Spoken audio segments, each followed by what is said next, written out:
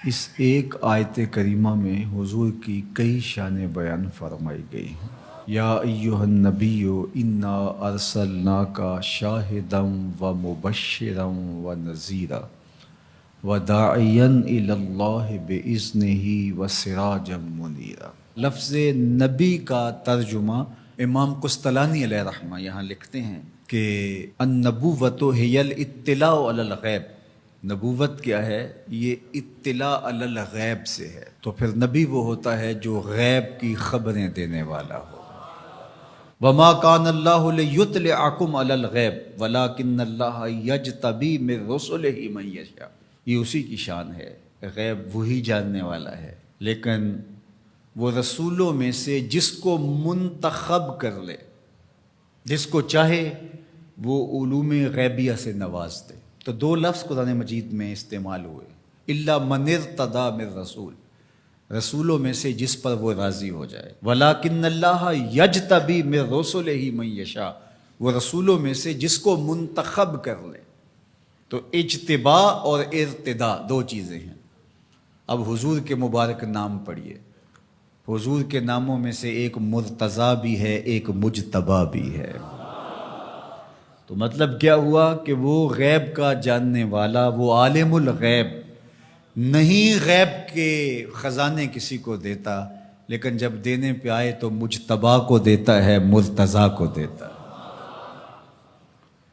اور پھر یہ اتنی شانوں کے مالک ہیں، جہاں ضرورت پڑے پھر بخل سے کام نہیں لیتے۔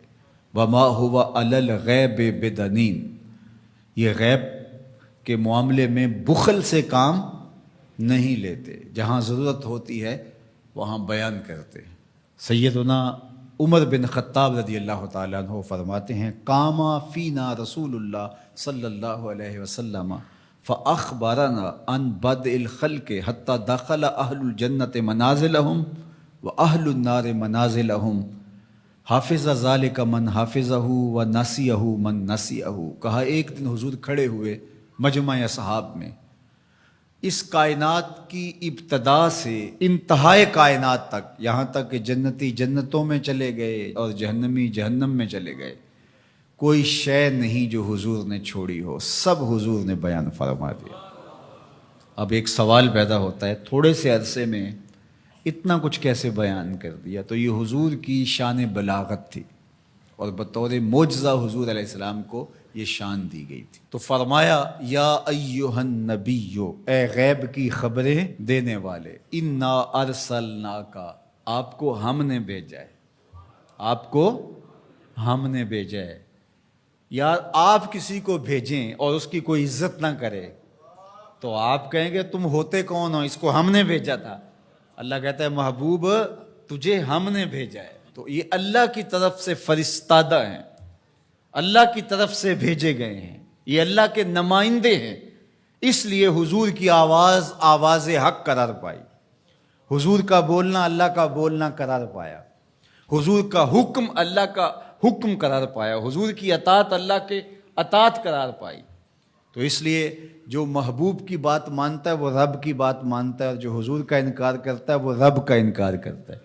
کوئی ساری زندگی لا الہ الا اللہ پڑھتا رہے اور محمد رسول اللہ نہ پڑھے، رب اس کے لا الہ الا اللہ پڑھنے کو اس کے منہ پہ مارے گا اگر میرے رسول کو نہیں مانتا، اس کو میں نے بھیجا ہے۔ تو کہا انا ارسلناک شاہدا و مبشرا و نذیرا، آپ کو شاہد بنا کر بھیجا ہے، آپ کو مبشر بنا کر بھیجا ہے، آپ کو نذیر بنا کے بھیجا۔ شاہد کا کیا معنی ہے؟ اتفاق تو ہوتا رہتا ہے مجھے بھی آپ کو، جب کوئی فوت ہو جاتا ہے تو جنازہ پڑھتے ہیں تو کیا اس میں بولتے ہیں اللہم اغفر لحینا و میتنا و شاہدنا و غائبنا، اللہ جو حاضر ہیں انہیں بھی بخش دے، جو نہیں آئے انہیں بھی بخش دے۔ تو شاہد کا کیا معنی ہوا؟ حاضر۔ امام راغب الاصفہانی جو کہ لغت کے امام ہیں اور مفردات قرآن میں قرآن مجید کے الفاظ کی تشریح کرتے ہوئے لفظ شاہد پہ بات کرتے ہیں، تو وہ کہتے ہیں کہ الحضور مع المشاہدت اما بالبصر او بالبصیرہ، کہ شاہد کا معنی کیا ہے؟ حاضر ہونا مشاہدہ کے ساتھ، چاہے بالبصر چاہے بالبصیرہ۔ آنکھوں سے دیکھ کر کے مشاہدہ کرنا یا اللہ کی دی ہوئی باطنی قوت سے مشاہدہ کرنا؟ تو کہا یہ ہے شاہد کا مفہوم، اور حضور علیہ السلام کو میرے رب نے شاہد بنایا ہے، میرے رب نے شاہد بنایا، تو حضور کی نظروں سے کچھ پوشیدہ نہیں ہے۔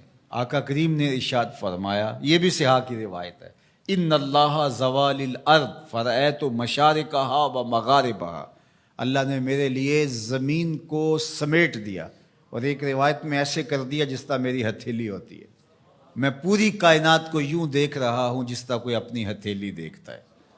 تو فرمایا کہ اللہ نے میرے لیے زمین کو سمیٹ لیا، اور میں نے مشرق بھی دیکھ لیے، میں نے مغرب بھی دیکھ لیے۔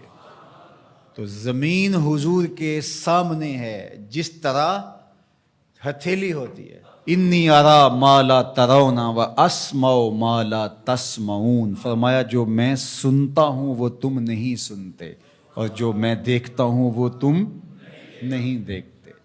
سورج کو گرہن لگ گیا، حضور نماز کے لیے کھڑے ہوئے، نماز پڑھاتے پڑھاتے حضور نے ہاتھ آگے بڑھایا، پھر حضور نے ہاتھ پیچھے کھینچ لیا، سلام پھرا تو صحابہ نے پوچھا حضور آج نماز میں آپ نے ہاتھ آگے بڑھا لیا تھا جس طرح کوئی چیز پکڑنے لگے ہوں، پھر آپ نے ہاتھ پیچھے کھینچ لیا، کیا ماجرا ہوا؟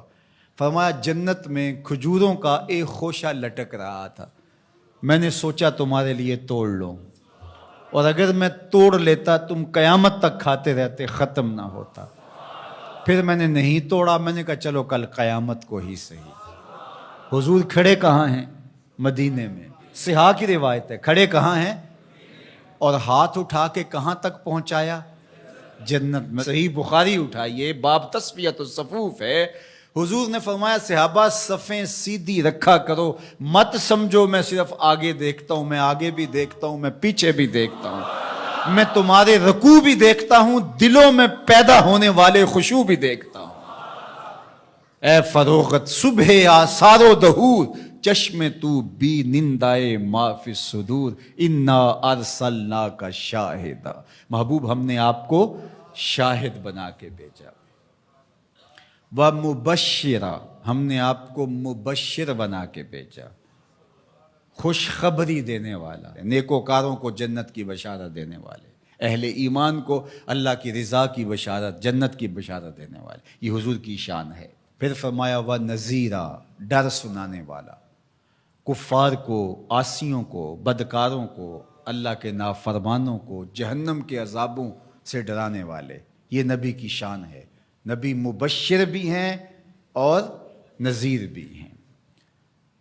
وَدَاعِيًا إِلَى اللَّهِ بِإِذْنِهِ، اور اللہ کے اذن سے اللہ کی طرف بلانے والے، اور جس طرح میرے حضور نے بلایا ہے، یہ تاریخ کا انوکھا باب ہے۔